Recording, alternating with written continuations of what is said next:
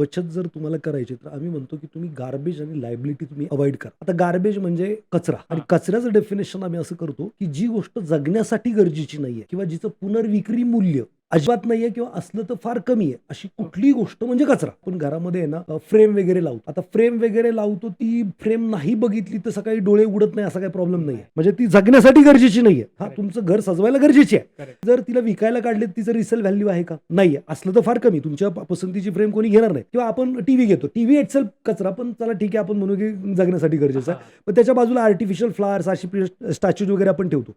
जगण्यासाठी गरजेचे का नाही? त्याचं रिसेल व्हॅल्यू आहे का? तर नाही. जगण्यासाठी चप्पल किंवा बूटची किती गरज आहे? एक किंवा दोन. आपल्याकडे किती असतात?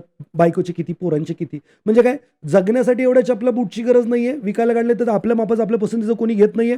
आता हा झाला कचरा. एका माणसाला जगायला ड्रेसची किती गरज आहे? ते 4-5 ड्रेस मोर देन इनफ आहे. आपल्याकडे 25-30 ड्रेस असतात. किंवा महिला तर वापरतात ड्रेस, मागतात साड्या. साड्या किती असतात कपाटात? एवढ्या साड्या नसतील तरी आपण जगू शकतो. किंवा त्या साड्या बघितल्या नाही तर अन्न पचन होत नाही असं काही विषय नाहीये. म्हणजे काय, जगायला गरजेचं नाही, पुनर्विक्री मूल्य नाहीये. सो कचऱ्यावरती प्रचंड खर्च होतो. तर पहिलं तर गार्बेज वरती होणारा जो खर्च आहे तो टाळला पाहिजे. जी गोष्ट जगायला गरजेची नाही, जिचं पुनर्विक्री मूल्य नाही, असं नवीन कपलनी तरी खर्च सुरुवातीला करू नये.